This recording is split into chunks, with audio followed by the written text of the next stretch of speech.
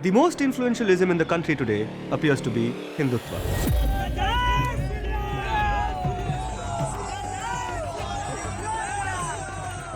It has taken a long time for this ideology to come of age. But what happened to the other ideological movements that began in the early 20th century? The RSS will turn 100 years old next year, but so will the Communist Party of India.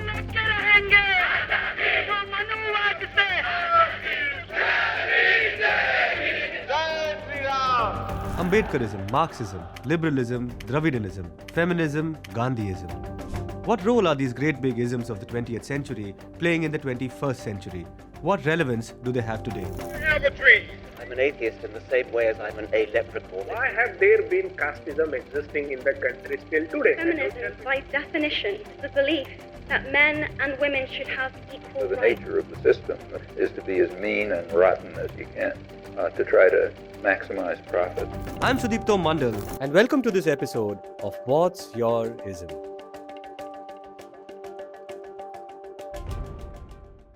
Hello and welcome to yet another episode of What's Your Ism. Before I introduce you to our guest today, I just want to remind you, if you're watching this for the first time, What's Your Ism is a show about ideologies. And I think now we are nearing 20 episodes. We have covered a lot of ground.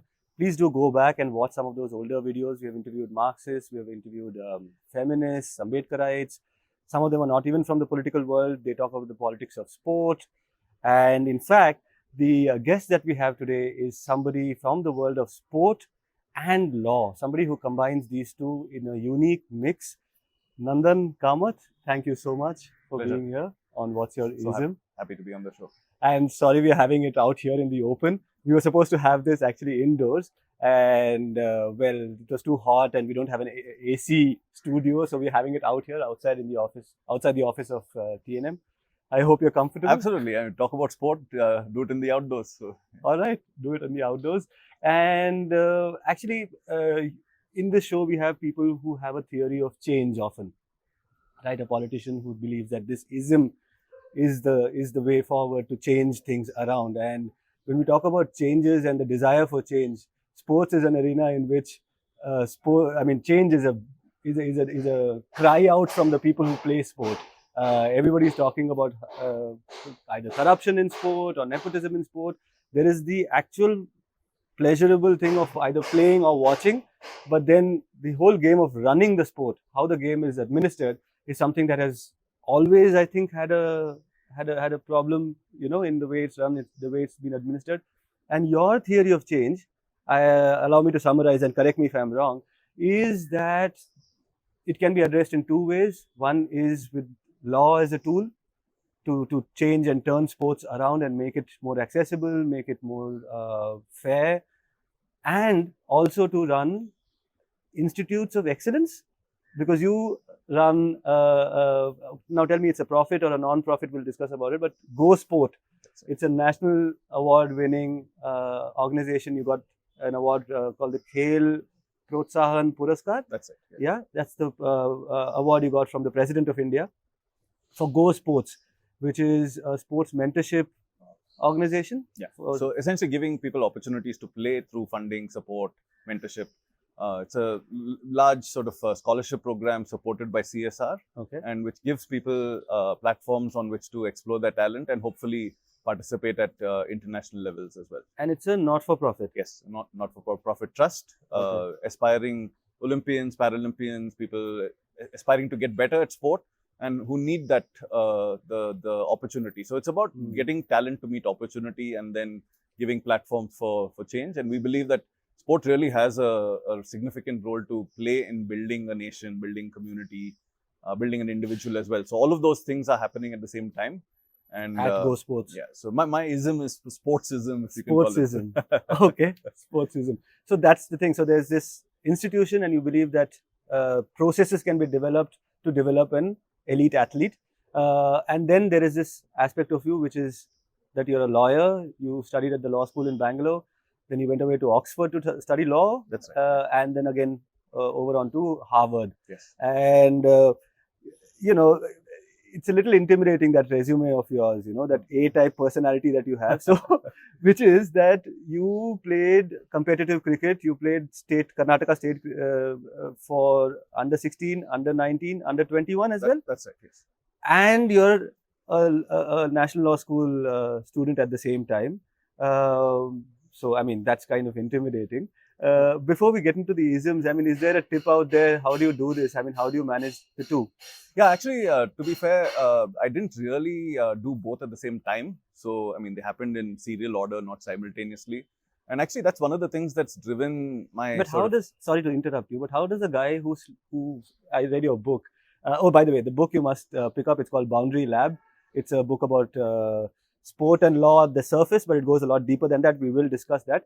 But in your book, you describe yourself as a young kid who would sleep with his bat, right? And you sleep with your bat and you are also cracking an NLS entrance. How is that happening? Yeah, so I mean, till I was about 16, 17, all I did was really play cricket, and I sort of got through my exams when I could. Yeah. I'd sort of cram between innings, and later on when I got back home, last 2 weeks before exams was where all of the action was.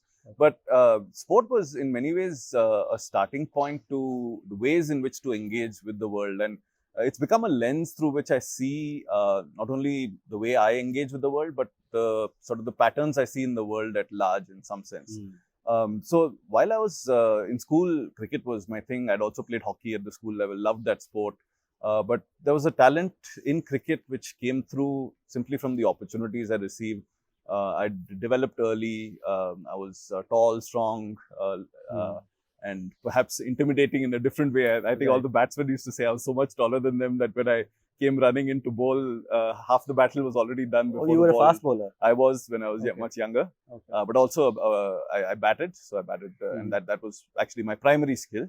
So I played sport very intensely. It was really what gave me definition. As a young person, I was quite introverted, but sport was that outlet. Right. But at some point, that reckoning comes up, right? So you have to also figure out how to make a life at that point and a living. And I mean, I had a lot of privilege growing up. So it was not that I was ever at risk of not having a good life, but those choices come. And I'd finished school at St. Joseph's Boys High School. I was at St. Joseph's College of Commerce, which was really the factory for young cricketers. So I had Rahul Dravid 4 years ahead of me. There was a team filled with not only at college level, we had Ranji Trophy players, but people populating the team. I remember for the first time, I actually didn't even make the 11, which is almost inconceivable to me. So it was that strong a team. So I'd gone through that sort of route, but at the end of second PU, I was playing pretty serious cricket. But one of my friends was doing this National Law School entrance test, went off and did that. I did it a little bit on a lark. But, you keep saying that on a lark. But, there are a lot of people who fail to do either with any degree of competence. It was a simpler time. I don't think we had the hundreds of thousands of people who do this entrance test. I was always someone curious about the world, but also I loved logic, I loved pattern matching, and those things connect up now in a very different way, right? So the patterns that you see with numbers, with letters, I was always that, maybe a little bit of OCD components of, like if you see a number of a number plate on a car, you try and make some jumbling pattern. You see words, you try and do word plays. That was the type of young kid I was. I loved puzzles, I loved word play. I still do, but that entrance test had some of those elements of logic, general knowledge. So it was more like a puzzle for me. Again, as a sports person, you engaged with it as a contest, right? Even an entrance test. Right. So my friend was doing it. I went off and did it, and I came 15th in the entrance test. So then I sort of scratched my head and said, hey, I mean, if with that much effort I've got in, maybe there's something that is calling me, right? An aptitude or not. But I'd still not made the decision. Once you get in, it's not that you automatically go. And it was very much turning point of my life where my parents were, you make that choice, left the responsibility completely to me. Right. So as a 17, 18-year-old, making a big choice. But I go into the sort of the admission interview. After the exam, there's an interview. Not that it's going to decide whether you get in or not, but they want you to meet you before they admit you to the National Law School. And there we have the founder, Dr. Madhav Menon. So he's sitting in this big room with 7 or 8 other teachers. He asks some questions, very intimidating questions of what's wrong with India and how are you going to, young man, how are you going to change it? All of that, I mean, I just made up some random answer. But at the end, he said, so at the end of the day, young man, are you going to be a cricketer or a lawyer? because I'm telling you, you're not going to be both. Right. So that was like, okay, this is a big decision to be made. If I'm not going to be both, I have to choose one. It was a time where careers in sport were not significant. Maybe 5-6 people in the Indian cricket team actually made a good living. Maybe the bowlers, struggled to even sort of buy a home or an apartment. It sounds absurd, but we're talking 1995 at that time.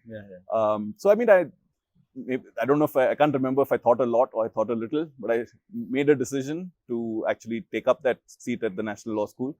Left behind cricket for a while. I mean, I played at the National Law School, but very fleetingly, amateurishly.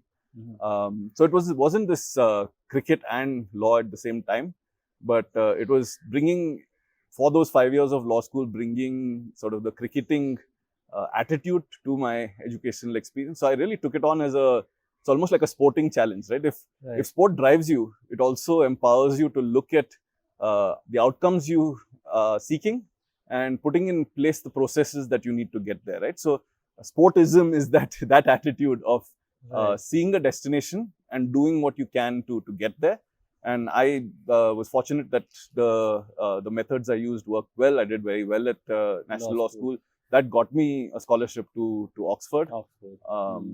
The Rhodes Scholarship, which has its own history and own challenges. And that took me to Harvard Law School, finished there. I worked for 3 years in California, worked in sort of technology law, corporate law. Then decided that my calling was here. So since 2006, I've been in Bangalore working on multiple projects. The thing that connects all of them is sport. Yeah, so it is sports, law, sports again. And you, in the third cycle, you have figured out a way to combine the two. And now let's quickly, now that we have a sense of where you're coming from, how you came into this, let's get quickly into this theory of change, right? And right now, let's say, while we're having this interview will of course come out much later. The Olympics will be done by then. But this has been quite an Olympics. And we are discussing, we're having this discussion a day after what happened with Vinesh Poghat, right? So I had planned some other things and other topics to discuss in this interview, but I want to start off with what happened with Vinesh and sports and law, right? And in your book, Boundary Lab, you talk about law as a dynamic thing which responds to difference. How can law address difference? Now, very quickly, just after the Poghat incident, two of my colleagues pulled out this piece. Please check out this piece. It's by Bharti Singravel and by Sukanya. They talk about how a woman's body is essentially different, and you cannot have this round peg, square hole kind of an approach where you have rules which are not appreciative of the fact that a woman's body responds very differently to things such as weight. She was disqualified because of weight. Tell me, how can law, sporting law particularly, appreciate difference in terms of biology, difference in terms of gender, a lot more? Have you thought about this? Yeah, so it's actually the central theme of the book. So Boundary Lab really is an exploration. And why is it called Boundary Lab? Because I believe that sport is sort of the largest social experiment that we're running, and one that is at a global scale. There are very few other things that are run at that scale, and I think the Olympics is at the very top of this structure, right? So whether you're playing at the district level, you're playing at the state level, you're all feeding into one large competition. And that is called the pyramid of sport. So the pyramid leads up, and the Olympics, the World Championships, the World Cups are really at the top of this pyramid, right? But what makes this unique, and when you talk about difference, is that the uniqueness of sport is that the rules of sport have to be the same throughout the world, right? So if you want this combined tournament leading up to a single, like that Olympic final, is the culmination of all these little tournaments. So whatever place in the world you're playing, you're actually leading into that. So you need common rules, common principles to know that this is really the outcome of a fair competition, right? And people are not common. Each individual is unique. Exactly. Each individual is unique, and sport is actually wants that. Sport doesn't want flatness, right? Of course. It's trying to find difference. Yeah. But in the quest for difference, it also has some lack of tolerance for certain types of difference. Because what it's doing is that anomalies in the system. There's no room for anomaly. Right. There is, sport needs these very hard lines. And like, it could be, for example, on this issue of gender, right? There is a very clear gender binary. Now, everyone takes it as a given, right? There's male sport, there's female sport. But where does male sport end and where does female sport begin? And who polices that line? And that's where all the action is at, right? So 99 point some % of the population is very clearly in one side either of one the, of the either basket has, one of the binary. But that's not 100%, right? So the reality is when sport makes its rules, it needs the same rules for 100% of the participating population. But its rules are fair and reasonable to probably 99 point some decimal of those, right? So in the quest to find difference from commonality, and that's the whole issue of classification of sports, right? So the most common classification of sport is by male and female sport. There are only 2 or 3 sports where actually everyone plays the same sport. For example, even at the Olympics, there's some sailing events, there's equestrian, which is both genders play the same sport. There are in fact some sports where it's science suggests that women do better, like rifle shooting, open water swimming, long distance swimming. But so, you know, there's mixed gender sports and it throws up its own set of interesting questions, and how it is a much larger playing arena in a sense. It creates a much larger playing arena, a more inclusive arena, in which if teams are comprised of different genders, then the question of who is which gender does not arise. And yes and no. But at the same time, there's also this issue of what is your notion of fairness versus my notion of fairness. So protecting gender has its own elements of fairness, right? Protecting women's sport is one ism, if you want to call it, of fairness. However, inclusion is another ism. So who gets to decide who is male and who cannot participate in female categories? So that is the line at which, and who polices the line becomes the debate, right? But if you take a step back on why do we classify sport at all? Why do we have male-female sport? And then in many sports, we have by weight category, and that's clearly come out in the Vinesh case, right? You have 50 kgs, you have 53 kgs, and different classifications. So the role of classification is to be wide enough to show difference in skill, but narrow enough to show that people of reasonably similar competitive aptitude are participating against each other, right? So if you had a 70 kg wrestler compete against a 50 kg wrestler, you're always going to be biased towards the 70 kgs. Like, I mean, for example, like I said, I was 6 feet tall at age 13 and I was bowling to people who were probably 4 foot 11. So there was already a competitive advantage, and I had significant advantages at that age group. And later on, things caught up, and it was skill that then became more predominant, right? So there are some what you would call inherent capabilities that we have, and then we have acquired capabilities. So it's the inherent capabilities that you want some commonality on, so that the acquired capabilities of skill, the hard work that you can put in, those sport attempts to reward. So sport is theoretically respectful of differences. It's actually seeking differentiation. It's seeking who is able to use their aptitudes and skills, put in the effort. But at the same time, it is not accepting of certain types of difference. And that's where the politics of this all lies, right? The reward for difference and the punishment. Yes. So you could see it that way. Because if we talk about the punishment for difference, now I was horrified by what my colleagues put out when they described what a woman's body has to go through in order to be relevant in wrestling. That there are these, they draw blood, I believe. I mean, there are these dehydrating procedures. How does someone compete? And the conditions are therefore not the same. I mean, you're talking about providing equal playing conditions for anybody who's playing the sport, which starts with the playing surface, the equipment and all of that, and you know, everything. You try as much to provide a standardized common this thing. But now here you have cheese for the goose is not cheese for the gander, which is that the male sports person is not having to go through all these hoops. I mean, to be fair, in wrestling, everyone deals with it. Okay. And it's but not the female body supposedly. Yeah, but like everyone participating in the female wrestling event is dealing with the same thing. Absolutely. Yeah. So as a class, if women are suffering because of this, do you think that. So, how do you work? Is there a law answer to this? Is there a way you can creatively interpret those little bylaws which govern that sport to say that, okay, in women's sport we'll have some relaxation? Is that how it works? Do you see women itself pushing back against that? So I think it's asking much larger questions of how far we will push the body for achievement, right? So I don't think there's a difference in the way weight categories should be policed for men and women. If you believe that weight categories are relevant in wrestling, boxing, weightlifting, and like essentially combat sports and strength-based sports, if you accept the binary, I mean the weight as a classifier, you have to police that line, whether it's 100 grams or 500 grams.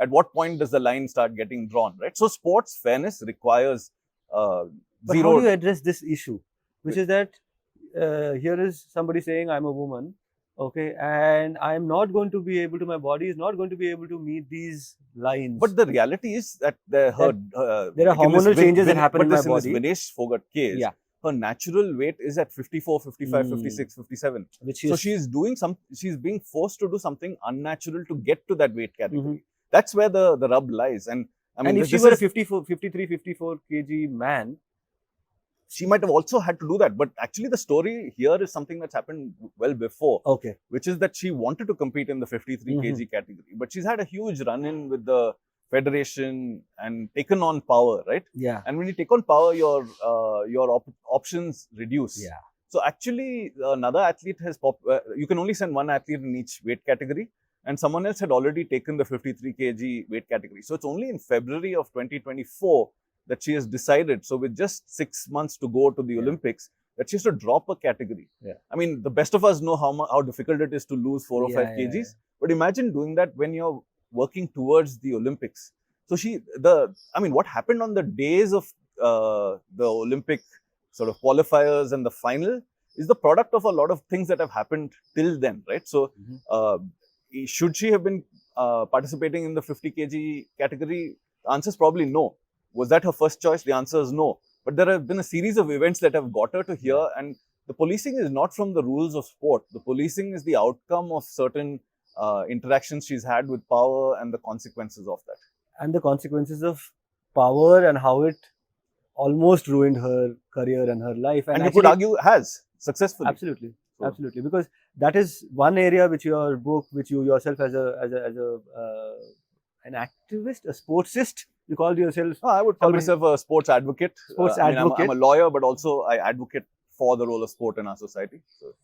And you talk about how the sport is run, governed, how it's administered. And all of it, in my mind, to my mind, when I was reading your stuff, it came down to autonomy versus accountability. Autonomy versus accountability. Of sports bodies. Of sports bodies. Because here you have one principle, which is a very old principle of international sport. Yes. Which is that nations are complicated entities. Correct. And they are political beings. Yes. And sport somehow has to live over and above this. So it has to transcend and be above, and sort of the primacy of sport has to take over the primacy of sort of local politics. And it's that same thing, right? And you're building this global commons. Yeah. And you don't want it to be disturbed by local disturbances, if you call it.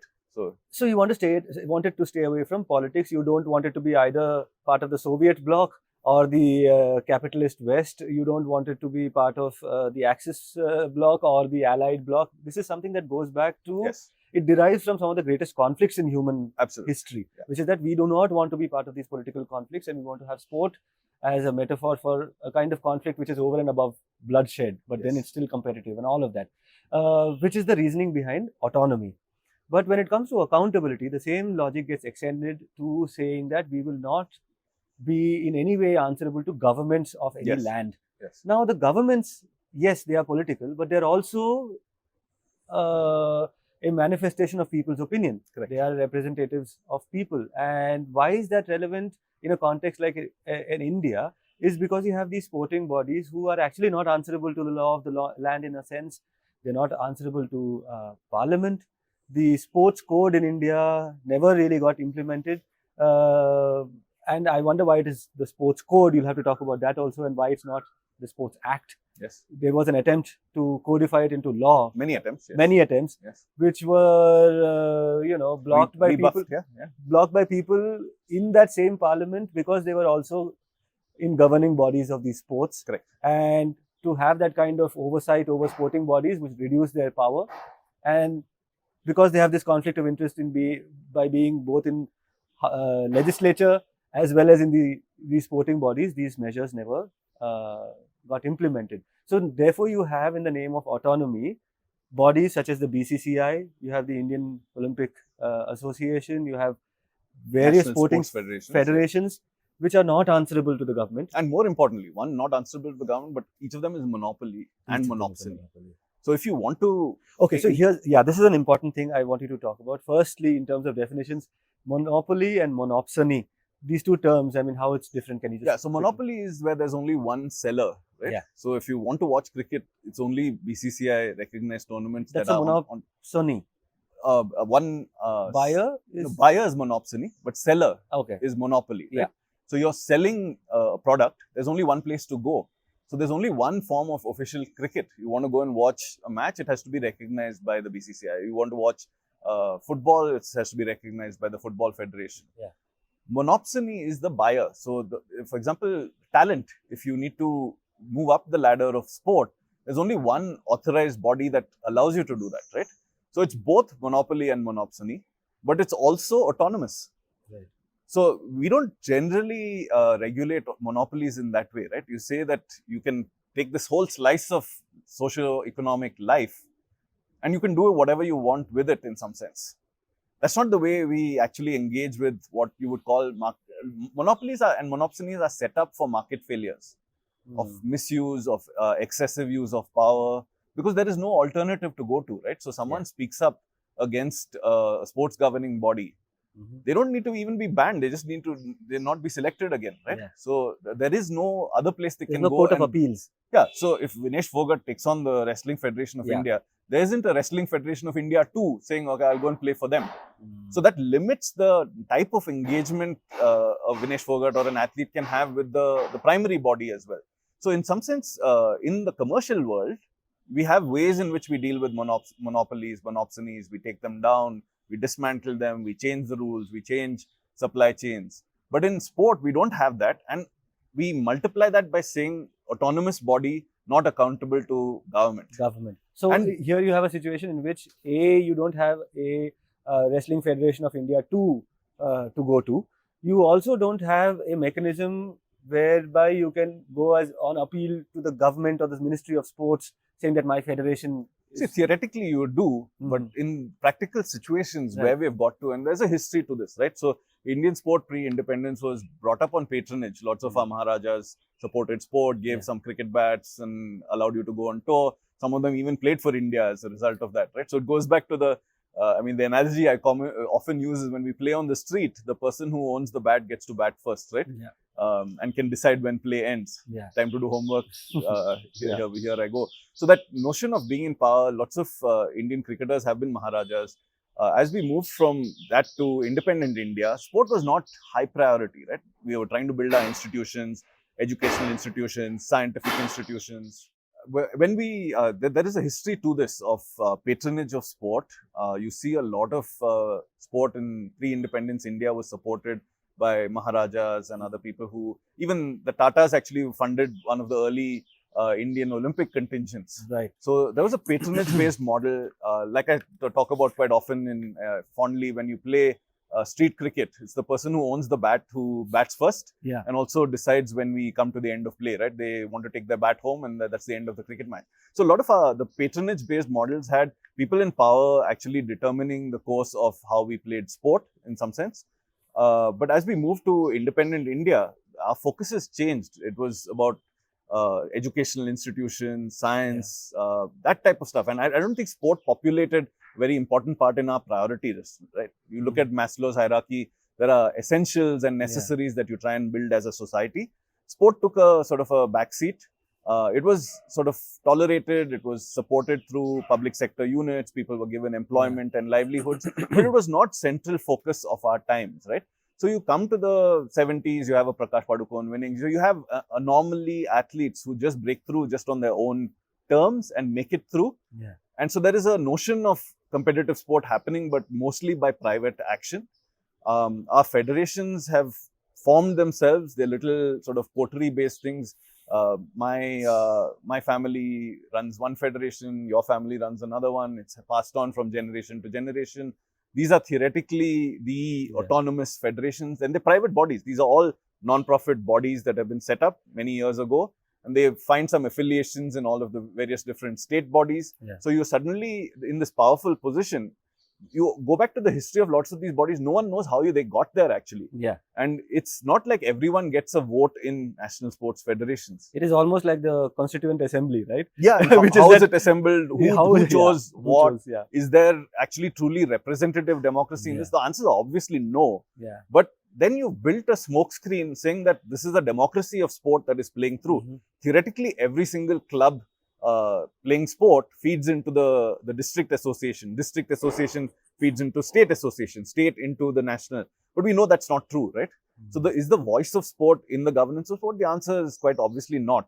But in the legal sense, these are bodies that are all recognized by international sports bodies, then eventually have to be recognized by the government. Actually, that international recognition that you spoke about and how that is also a nexus I discovered Absolutely. through your book. You know, so you have a situation where the international bodies are very touchy about autonomy, saying that governments stay away from us, Yes. right? And what they do, and what the local body does, which is what the Football Federation did, which is what the Olympic Association in India did, is that when the government tried to regulate them, they in fact, even the BCCI, right, when Anurag Thakur was the head of the BCCI, when the government tried to, when the Supreme Court tried to interfere, he goes behind their back and alerts the international body saying that my government is interfering. So the international body threatens to de-recognize the Indian body, and that scares the Indian government, saying, "Hey, on an international stage, we will, look foolish because our team will be disqualified." And who suffers is the athletes. So this And has of course happened the sport athlete, after but sport, also right? the country sees it as a loss of prestige Yes. if they're not. So the threat is held over sort of national if you're- pride and other exactly. things, yeah. So the disqualification of a body is the threat that keeps the government of the land from interfering in how it is run. And Yeah, so this actually leads to a very interesting situation. So if the government doesn't regulate, Mhm. theoretically, while there's autonomy, there's also a vertical recognition process. So the international body should be actually policing the national body, right? yeah, So there's an accountability. So if you're regulated by no one, we're in a problem situation. But if you're also inadequately regulated within the structure, you have a different problem. Now, how are international bodies set up? They are actually membership bodies voted to power by national sports federations. Now, imagine a situation where the person you're voting, who has voted for you, is the one you have to hold accountable. yeah, There's a break in incentive structure, yeah, right? yeah. So if you've come to power based on the votes of Mhm. 60 out of 90 national sports federations, are you going to hold those 60 accountable? Yeah. You want to be elected again, right? Yeah. So it's similar to our electoral democracy. What is the first objective of governance? Is to seek re-election. Yeah. The second is to actually govern, right? So which is why successive governments have tried to now bring legal frameworks in place to say, hey, you might be private and you might be autonomous, Mhm. but that isn't necessarily divorced from accountability in a public sense. You're actually taking the slice of life, right? Monopoly, monopsony, socio-economic, political, Yeah. economy. We recognize you're it. So it's not like we're going to replace you. But if you're occupying this space, Mhm. do it in a way that is publicly accountable, because Yeah. you've actually taken a whole aspect of life and you've taken power over that. Yeah, because public accountability, now look at what happened with the BCCI and the Supreme Court. Now it's a stalemate. So what happens is you have the Supreme Court, I don't know, some would say acting like a cricket fan, trying to reform cricket, because a lot of cricket fans in India have been frustrated primarily by how it is run, the game is run. So here's the Supreme Court, a bunch of judges come and, really take it upon themselves to reform cricket. The Lodha Commission is Yes. appointed. It gives these recommendations, which initially the court tries to impose, and the BCCI just turns into water which is, if you try to punch air or water, it just disperses, right? You cannot find the target. It just becomes this fungible creature and just stops responding to the summons of the court. It's almost like non-compliance, which later led the court to realize there is no way we can govern this. And then there was a kind of a stalemate where the Supreme Court also was left with a bloody nose. And it right now is in a situation where both are just in a standoff. Yeah, so this has happened sport after sport, right? You name the sports federation, Yeah. almost everyone, the judiciary has now intervened. Yeah. And so we talked about market failure, but there's also been a governance failure, which is because we talked earlier about patronage, and that patronage model ended up in lots of our politicians occupying space in sports bodies across the board. Because when you have scarce commodities, you need power to even access them, right? Yeah. So what's the best way to access is to bring someone into your house and sort of claim from there. And that's how sports bodies started aligning with power, because in limited resource settings, power can access that limited resource at the cost of other federations, other causes, other needs. So you had people of political power or close to political power occupying bodies. So even the government, so when you look at the wings of government, right, you have legislature, executive and judiciary. Neither the legislature nor executive had any desire to actually intervene. There were attempts by multiple governments to bring in a sports development act. Eventually ended up just as a code, which is an administrative instruction, which hasn't necessarily over the last 12, 13 years either been updated or been enforced strictly. So in theory, we have a accountability framework, but the lack of legislative and executive action meant that it was incumbent on at least the third wing of government, that is the judiciary, to intervene, right? So it was not like the judiciary was waiting to jump in and everyone's a sports fan and let me tell you who to select and how to run your team. But it was almost left with the baby. There's a baby crying out loud for attention. That is all of sport. And if you're not going to deal with it in the legislative sense or the executive sense, it has come down to the judiciary. Now, everyone's complaining, why does the judiciary want to intervene and other things like that. But I think from all of this line of cases, one of the most important principles that has come out is that while these are private bodies, and there's a recognition there's private bodies for a good reason, autonomy, they exercise a public function. So the accountability to the public has now been established in law unambiguously. There's been a line of cases, but this recent 5-6 years has actually changed the face of the way we have to look at sports governance and the place it occupies in our public domain. Because it places sports governors as trustees, not as owners of what they run. And there's a very important difference, and that I hope will play out in the years to come. I take your point that principle has now gained currency. Yes. The principle of accountability, that you're a public body. Now, finally, there was a time when Virat Kohli played for BCCI. That was the argument made. That was the argument made. That was the principle. The principle was that Virat Kohli, private body. It's a private body. This player is playing for that private body, not for India. And that as a result of that, the private body is only accountable to its own members. The public doesn't have a voice or say or any claim on it. And now, in a notional sense, that principle has changed. But in practice, if you still look at it, what was the main objection? When you talked about autonomy, you're essentially talking about do not interfere in how my bodies are structured, who is part of my body. Yes. A lot of the focus of the Supreme Court was on things such as term and tenure, which is how long should the president's term be, vice president's term be, all the office bearers. How many terms do they get? How long should the tenure be? Who can be a contestant?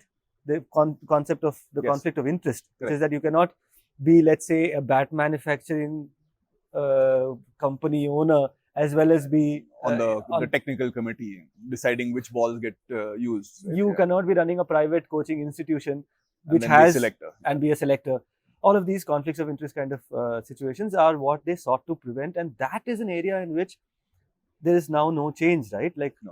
That is what the Supreme Court and the BCCI, for example, have now. The standoff is that. Yes. See that the BCCI, after all of this, the COA was appointed, and a body by the Supreme Court was appointed, and now that is gone, and it's back to square one, where they get to still choose those hegemons, people who are second generation, third generation cricket administrators, and not players. They've never held a bat, but they're doing that. But you said somewhere in your book that in spite of all of this, it is while cricket might have not seen the kind of reform that is desirable, other sports have had a positive turnaround as a result of the Supreme Court BCCI tussle. You mentioned judo, equestrian sports. So pretty much what all happened sports, exactly? they're all in actually court right now. So voices that were never expressed now have The sort of football is in court. principle to hang your hat on, right?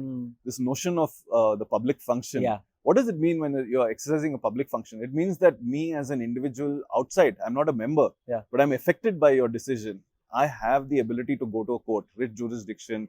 I can claim the sort of the fundamental right to access remedies if something is I've been discriminated against, if there's arbitrary behavior. There's limited spaces in which you can challenge a sports body, but there are spaces. So what's happened is you could call it sort of the Overton window has shifted, right?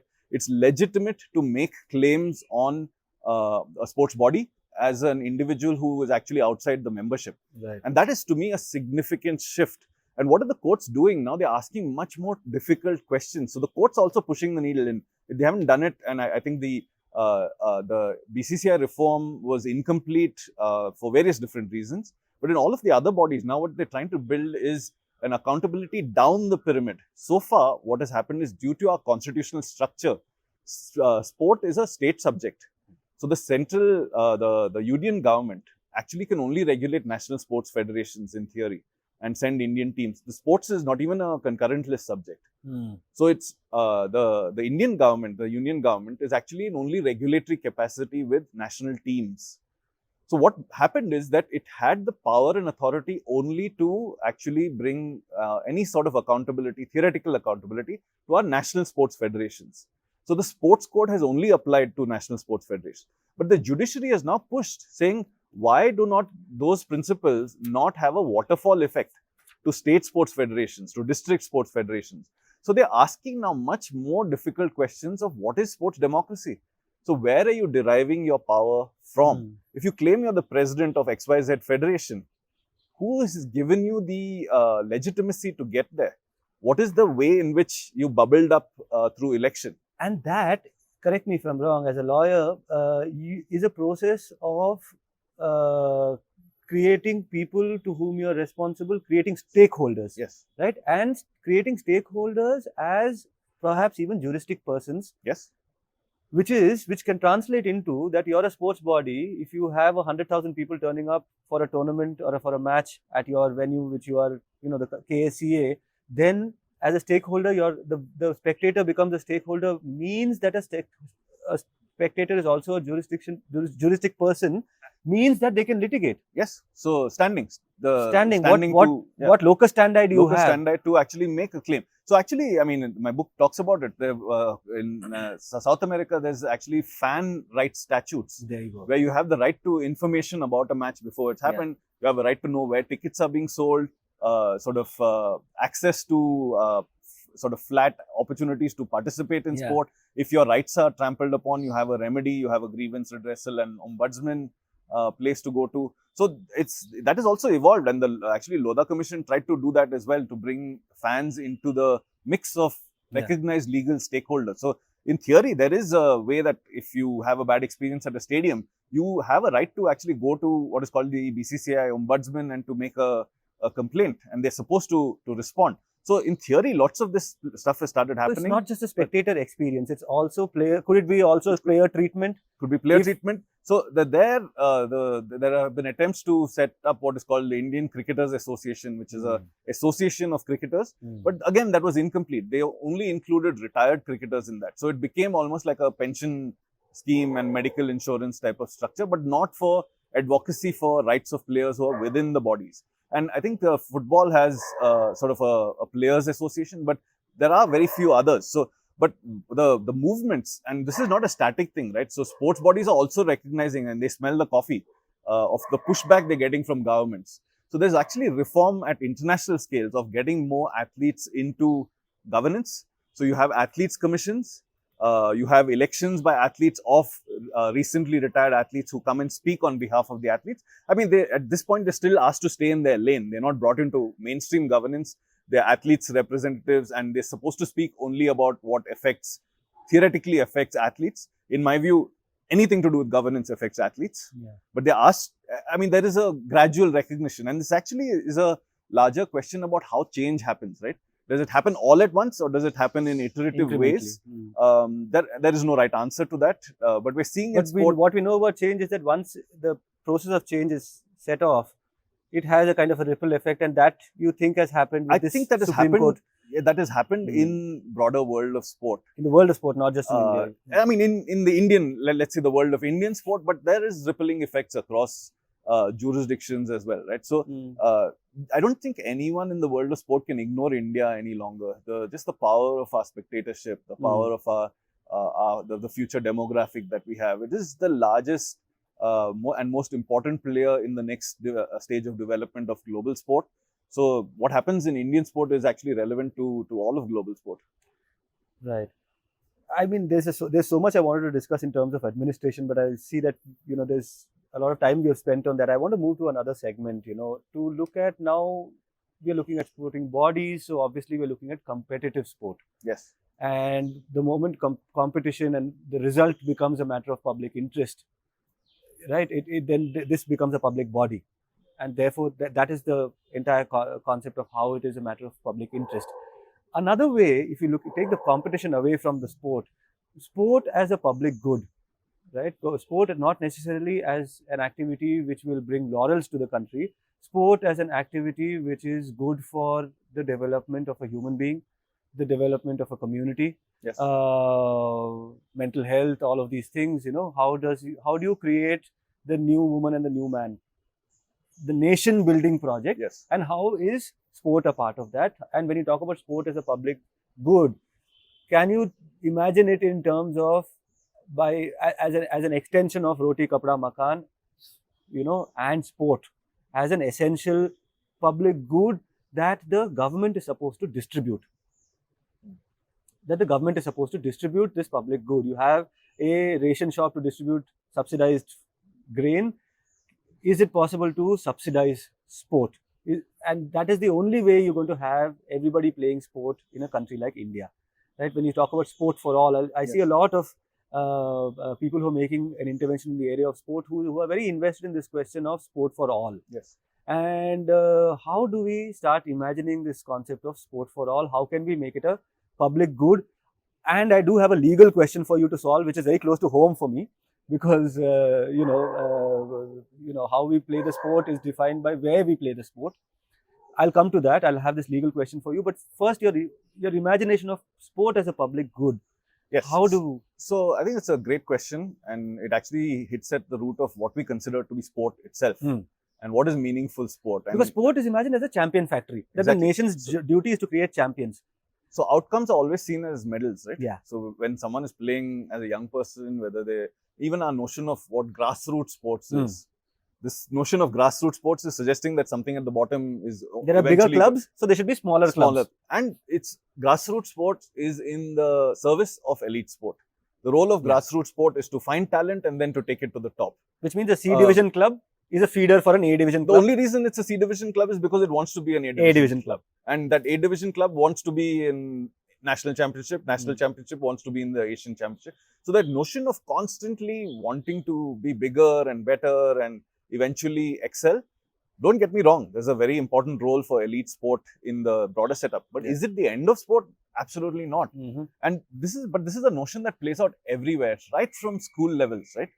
So there's a PE period, but there's also sport. What is your notion of sport in a school? It's whoever represents the school team. Exactly.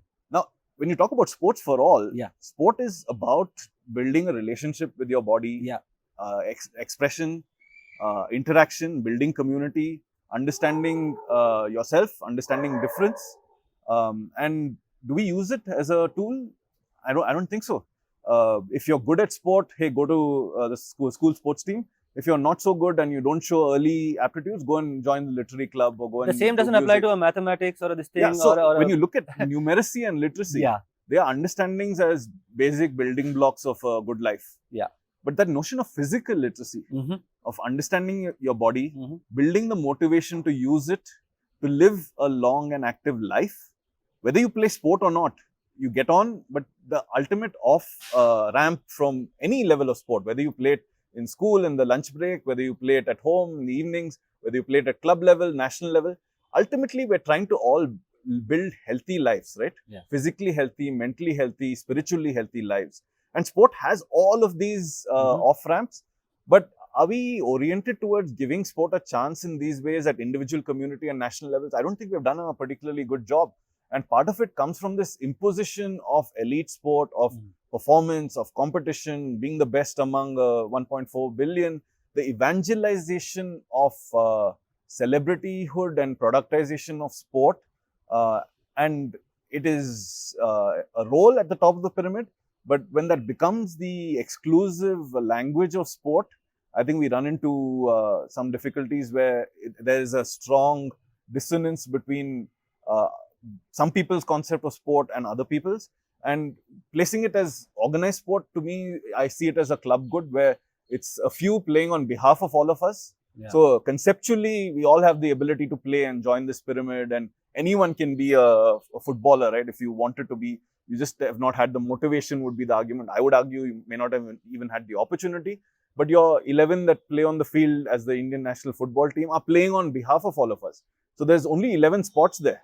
But sport is not naturally that. Sport is, anyone should have the right and ability to play. So can you also have sport as public good, which is accessible? There's a recognition that there are, again, market failures in public goods, that power will, in some sense, ensure that it is sort of accessed by a few at the cost of others. Yeah. So you need both, I would say, governmental and private interventions to make sport accessible, both commercially, but also in other ways in terms of access. And from the point of view of a child, the loveliest sight in the world, I suppose, for anybody, any human being, is to see a child monkeying around, right? Absolutely. To lose the ability to be a monkey. Tinkering, right? absolutely.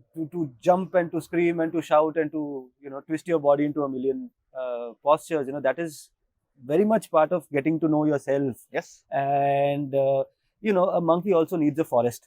And access to sport also often means, sports for all also often means access to sporting arenas. Yes. Right? Where are our sporting arenas? So if I wanted to be a cricketer, the first thing I need is a cricket nets. Right? I need either a cement surface and or a turf surface, a mat, an entire arena to play this thing. And the only place which has an arena is a paid arena. You can pay by the hour, join an academy. There is no way for me to access the sport, and this is very different from how some of the sporting nations see sport. I have noticed that so we have heard these horror stories about segregation in America. Right? When I go to the US, I see that even the black neighborhoods over there, the most deprived neighborhoods, have enough and more sporting arenas. There is a stadium in every neighborhood over there. There's a basketball court. There's a area where you can run around. Our thing literally is about not having these arenas. Sports access to commons, right? Like the playground is a common good, is a public good, but not everybody can play in that playground. Yes, because there's only so many you can use it. Yeah. So I think it asks much larger questions on this club good versus public good. Public right? good. So tell me about public commons and open spaces and playgrounds. Can we think of, you're a lawyer. My question to you, the legal question was, a child's right to play, can it be extended, the imagination be extended to say a child's right to access a playing arena, saying that you cannot under any circumstances deny a person of a certain age category from accessing a sporting arena, just like you cannot prevent a person from accessing a water body, right? Like water is commons, a forest is commons, a hill, a beautiful natural resource is commons, a sporting arena is commons. How do you build law around it? Yeah, I mean, I think that's a very difficult one to answer, because on the other side of any right is an obligation. Right. There is no right without obligation. Someone has to, in some sense, pony up on the other side. Is it practical to expect state to deliver all of that to every single human being? I mean, I think we live in a country with limited and scarce resources. Sometimes creation of very hard rights structures actually reinforces power. So the people who, again, without the access to converting those rights into meaningful open spaces for everyone, which actually have space for everyone, what ends up happening is they perpetuate the people who can claim those rights, starting to use limited resources. In an unlimited resource environment, of course, you can say there must But be space for resource all. monopolization. So you have people, who have access are essentially people from a certain strata Yes, who gain access and then wall it in. yes. So right? So in a city like Bangalore, and it's absolutely the issue of when you look at organized sport, it is getting more and more, already is permission based. Yeah. So you can play only if you have someone's permission. Yeah. It starts from the parent. You don't even have space outside your home to play. I mean, lots of our sport happened on the street, in open spaces. Now your parent has to drive you to a football academy Yeah. or a cricket academy, or you take an auto and go. But there are different ways. But without the autonomy of the child, you actually dropped an entire aspect of tinkering, of pick up sports, create new sports out of limited resources. Forget about arenas. We don't even have space.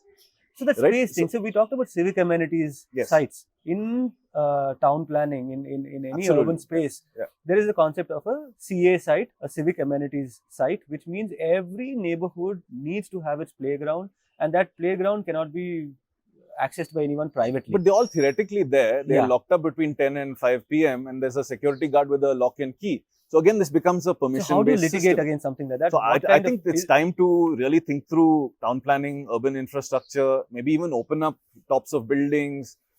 What I would love to see much more is multi-use facilities where it's just a surface. Yeah. And people get to choose what they play. Now, who am I to decide someone should play football? And Yeah. the minute you build structure and you put 2 goals and you can play only one sport, you've actually taken away the autonomy of the user. So you've actually overlaid a structure when maybe structure was not required. All you needed was space. And take it back to the childhood concept, right? Yeah. Children need a few implements and space. They figured out how to make games. And I'd like to take it back to even one more element, which is what is the role of play, in particularly in early childhood and interaction. And this is something as a lawyer I really reflect on, is that our notions of rules, justice, fairness, actually the first interaction we have with them is in the role of play. So sharing toys, playing a game, you'll have a sibling complaining about another sibling. So you're actually building your notions of justice from free play and then from slightly more organized play. Yeah. And when you take that out to a broader society, it's the same thing. That are on the edges, our notions of fairness, justice, what is right, what is wrong. Sport is actually playing a very significant pioneering role. Because not all of us go to courts, not all of us litigate, but all of us can see that unfairness of competition, the lines being drawn where they shouldn't be drawn. So the role of sport in the concept of fairness and our understanding of fairness, even concepts of meritocracy, what is privilege, are very, very key role players. And then when you look at sort of that from the context of organized sport versus disorganized sport, when you build permission to a structure, people enter based on someone else's acceptance of you inside the and club. that someone else is who? It could be a sports governing body. It could Or be it a could club, a club secretary saying, "I'll select you or I won't." And there you see the distinct difference in the evolution of what you would call hardball cricket, and tennis ball cricket. Tennis ball cricket can be played anywhere. 2 of us can sort of step out here and play. Yeah. It doesn't have the structure. All it needs is 6 feet of space, even a stick and some round implement. So these permissions that you speak of course, I mean, a lot of what you said was focused on clubs, on people who run institutions. I am not, they are people who run private institutions. These are training academies, a separate category. I'm talking about the RWA uncle. I'm talking about permission of multiple sorts. So you have an yeah. apartment complex, okay, or you have a gated community, Yes. which suddenly over time came and created a gate. Correct. In a place where there used to be open That's it. access for the kids of a catchment area of 5 kilometers. So it's a commons converted to a private space. Yeah. That is not legal. No, it's not. It's not legal. Absolutely. Okay. Then you have, so there is one such category. Then you have these public sector. And that for me, that is like a really big heartburn, because I come from East Bangalore, where you have all these public sector Yes. undertakings, HAL, Yeah. NAL, BEML, ISRO. You have the Air Force establishments, the residential establishments, Correct. not the defense establishments. Now, in the 90s, suddenly this regime of internal security, this whole conversation became huge, threat perceptions. infiltration, terrorism, and all of these things led to residential colonies belonging to an ISRO, NAL, or whatever being designated as under threat and therefore locked up. Right now, you have a situation where a public sector undertaking has zero responsibility towards the neighborhood in which it is located. There is an NAL, or outside NAL are thousands of people, some of whom are actually working as casual labor in NAL, whose children are not able to play in the NAL ground. Now, is that a justiciable issue? Is that a public interest issue? Is this something that as a lawyer you would take up as a public interest issue? No, I mean, I can't say I've thought about it, but it's very much part of the theme of my book, my work, Okay. which is actually what I call the privatization of the public commons. Grounds. And it's one of the aspects. Let's talk grounds. Like, Yeah. how do we take land back? Because if you don't have space, sport Yeah, is it's a fundamental building block. of yeah. sport, which is access to space. And in a society like India, if America is segregated by race, India is segregated by caste, right? In a segregated society where you want people, where somebody is literally crying out for a patch of the Space. sky and a patch of the earth, saying, I just want to breathe. And you're saying, no, you come from a certain neighborhood, you have no access to this playing this thing. Whereas by law, this is a CA site. This is a civic amenity site, which means everybody should have access. How do you litigate? How do you build an agenda around these things? No, it's I can't say I've thought about it, but certainly worth looking at much more deeply as a sort of a public interest issue of just opening up spaces. Because I think the default in the way we engage with public life, public goods, is to see how to privatize them, including infrastructure, but also these roles, right? And we go back to governance. It could be RWA governance, it could be sports governance. You're in there to perpetuate your own interests. You're not going in there to promote the public spiritedness. And by own interest, I mean it could be you as an individual, or even your small community. When you're talking about this gated community, is that gated community thinking outside its walls? Absolutely not.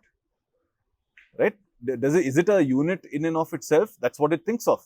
It's actually built to insulate from lots of these issues. And it is in violation of law. Yeah, First and foremost, the correct. impunity. Now, let me trap you a little bit over here. A lot of my friends, we're all a sporting community. We go watch sport, and not just cricket, because we can't, of course, afford the tickets, forget it.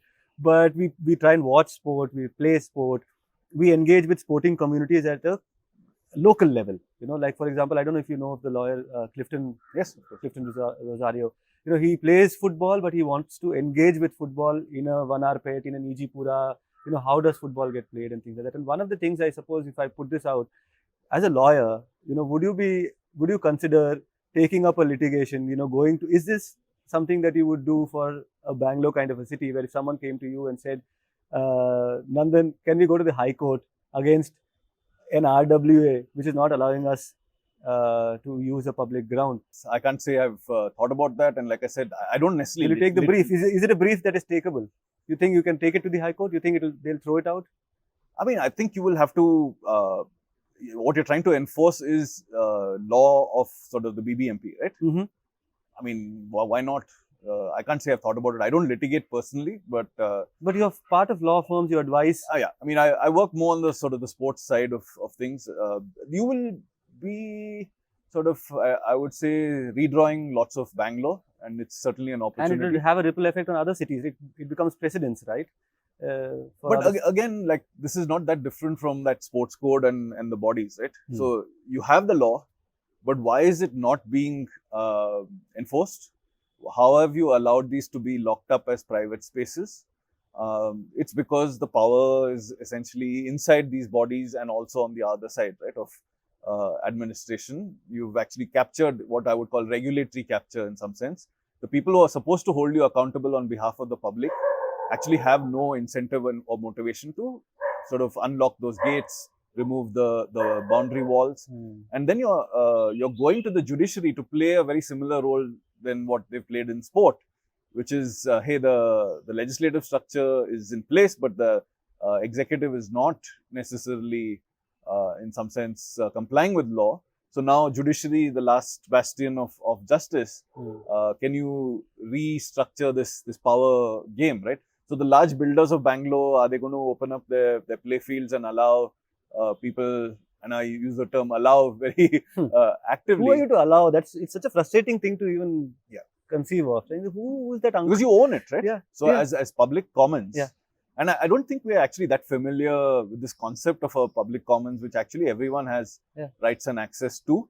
But there's also A river recognition- doesn't belong to anybody. The sky doesn't belong to anybody. But what is first motivation? If you get access to a public space, is to, in some sense, make it yours. Yeah. Right?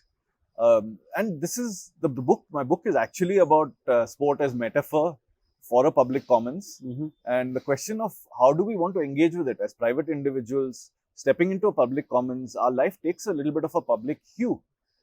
Do we think rationally from a individualistic perspective, or is there a sort of a public spiritedness that needs to come in our engagement of the public commons? So the commons is also something that is capable of depletion, right? It's for everyone. Yeah. But if everyone privatizes, there's nothing left for anyone. So what is our engagement with sport? What is our engagement with space? Do we leave it better than we found it, or at least no worse than we found it? I'm not sure we think like that in institution building. It's about putting yourself in a position where you can take a piece of that pie by exclusion. But public commons are actually non-excludable, non-rival in definition. But we've been very successful in converting public goods into private goods. And I would say space is certainly one of them. There are any number of excuses. I think in the public establishment sense, you've used the example of security or national interest, easiest ones to play out, right? And down the line, there is so many different implications for that in terms of who gets to access, who gets to play. And it's not even like all of those are being used actively. There are lots of empty playgrounds. That's the most painful sight, isn't it? When you see either people who are not in the sporting age category using those facilities, or those facilities lying fallow. And what's also happened, the ripple effect of that is the clubization of sport, which is now people get together, pool money, pool membership fees, and set up tennis court, squash court, 2 or 3 other things. And there again, it's the person who's paid to access it who gets access. Kids are not playing, community around doesn't get to play. That land is possibly given at some discount because it's community development and club. I mean, we see clubs all over, right? We see clubs in any neighborhood you go to. Private clubs that pretend to be a public function. Public function. But I mean, you go in to become a member, you have to get approval of 10 other members. So anyone can object. So it's policed gates. It's not like a service where you pay the amount and you get in and you can get to play. And I think other countries have really figured out open spaces, public playgrounds. Where even if you have to pay and play, it's actually neutral access. So, I mean, even payment is a permission-based environment. There's a cost to even access. But even if I'm willing to pay, is someone standing there saying, no, you're not good enough. We're going to stop you from playing. And I think the whole of community approach is the one we probably need to take, looking at urban design, but also education of what is the education and our relationship with sport that is established very early. How do we live our lives in terms of our commute, workplaces encouraging active living, integration of sport? What about 'colleges? I mean, we see so much drop off in physical activity the minute someone is 16, 17, 18, at the point at which you should be taking off.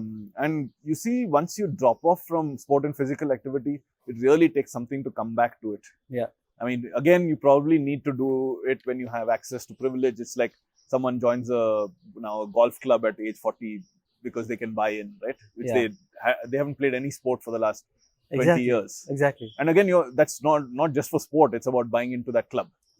And I'm a peer of these people. CEO I'll do club. business. And so it's about, again, differentiating yourself and saying I stand above. I mean, a very interesting book by Prashant Kidambi, one of my friends, it's called Cricket Country. So the first Indian cricket team, it had Palwanka, Balu and various others. But it also talked about how lots of communities used sport for what they called social distancing. So actually to show that they were closer to the British. So you were more anglicized than the common person. So sport has been used in many, you could argue, not so good ways as well, right? Saying, hey, I'm above this. I'm playing golf. I'm no longer just one of the proletariat or Yeah. a common person. So sport, I mean, has all of these hues. The question is, as a society, which are the ones we want to use? And I mean, for me, the thing that drives me is I got so much out of sport as a young person. Identity, opportunity, confidence, friendships. Yeah. My belief is that if it makes such a difference to one person, it can actually, the cascading effect. But to me, a large part of it is what you talk about is autonomy. I chose what sports I wanted to play. No one came and told me, hey, here's a cricket bat, become a cricketer. It was just there before me. I played on the street. I found my relationship with sport. Rather than sort of forced relationships and forced concepts of what is a meaningful engagement with sport, can we start with the unit of autonomy of individuals, autonomy of communities, and not imposition of, hey, everyone must play sports, so here's some equipment, here's some space, now I'm going to monitor how much you play and become a good person playing sport. So we have to have a sort of a flip model of, I would say, enablement rather than I'll give you access and then that's my bit for you. So Nandan, this noise is keeping us from doing this interview. Let's try and walk and conclude this interview. I have one more question for you. We talked about access from the point of view of gender. How do different genders access the sport? We talked about access in terms of space.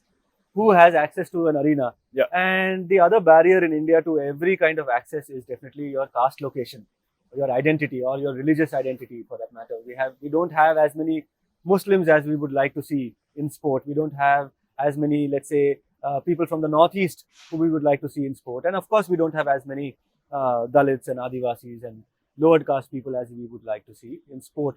And the one example that a lot of people who are invested in the social question in sport, people like you, people like Sharda Ugra, Yes, talk about South Africa as an example.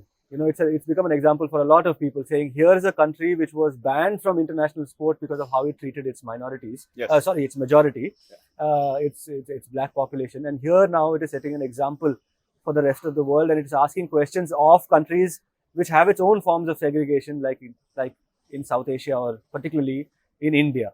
So, I mean, the straight up question is, how do you look at quota in sport, and how do you think creating affirmative action policies, you know, how do you think it will play out in India? We saw the Supreme Court judgment on internal reservation and how it completely, divided society, creamy layer and all these things.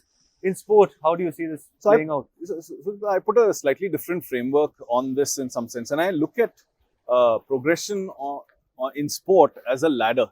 So in order to actually start playing sport, you have to get on and you want to progress at sport. And here we're talking very explicitly about representing the country, organized sport, elite sport, right? So it's not just about access to sport. It's who are we sending out as our national teams, who is participating on our behalf at the Olympics, at other events. So when you look at sport, first what you have is essentially the opportunity to sample sport.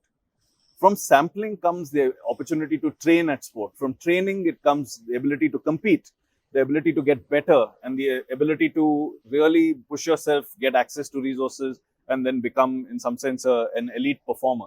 So look at this in some sense as a ladder with various rungs on the ladder, right? So we want a representative team, and I think everyone is on board that we want the best representative team in the country. What is representative? Is there a meritocratic element? You want the person on the top of the ladder to be representing you and winning, right? So the role of elite sport is winning. Yeah. So you want to put your best possible team on the top of the ladder. But what are we living with is that many of the rungs of this ladder are actually broken. Mm-hmm. And very often when you talk about space to play, even just access to coaches, it's very low rungs of the ladder that are broken. Right. So how do you even get onto the ladder is one question. But then even if you have got on, how do you progress in the ladder?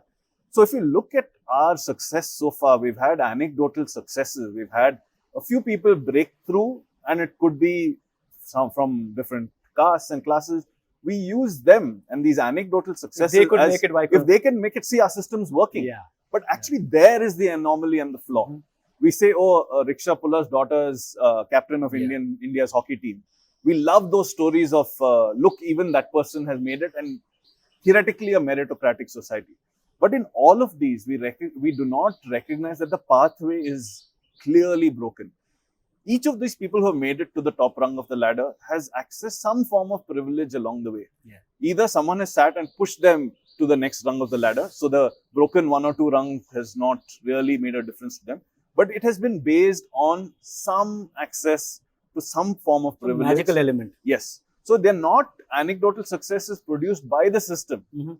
It is anecdotal. Despite the system. But not even despite. There is people within the system who have been able to make them an exceptional person rise, right? It could be coming through competition. Some talent scout has found them. Some selector has seen something and given them, pardon the use of given them that opportunity, is that it may not have naturally happened if that intervention hadn't taken place. But there we from that we say, hey, this person, look at them, they've made it to the national team. So we stop asking questions at the bottom, right? We stop asking questions, are these rungs of the ladder actually in place? So what should we be doing? We should be actually building the rungs in this ladder, not necessarily saying, hey, let's make sure as many people as possible in a representative way are right at the top of the ladder. They have to be in different levels of the ladder in order for some of them to rise to the... I mean, if you're not even starting. Yeah.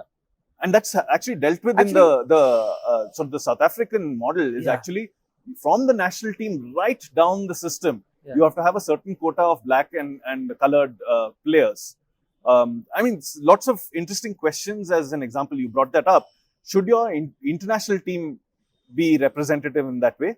Or should you have a 20-year plan building Which rungs is what of the South ladder? Africa had actually. Yes. You know, it has been experimenting with this for quite some time.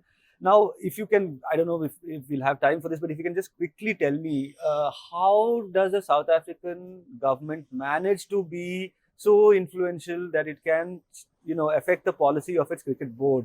If in India, you have a Supreme Court appointed committee which could not bring in basic reforms in terms of who gets to be an office bearer, what should be the tenure term be, and all of that, where you have the body crying foul and running to the international body, saying that this is an example of government's interfering in the autonomy of the thing. It's actually a great question, because how do you? It's something I have also. How did the South Africa board pull it off? So they actually have a law that forces this. Yeah. So many would argue that is government interference in sports affairs.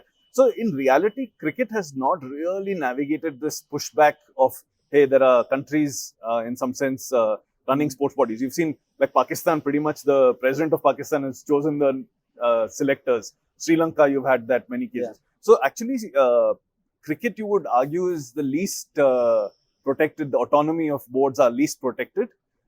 Because also the way cricket is governed, it's the membership body is populated by its members.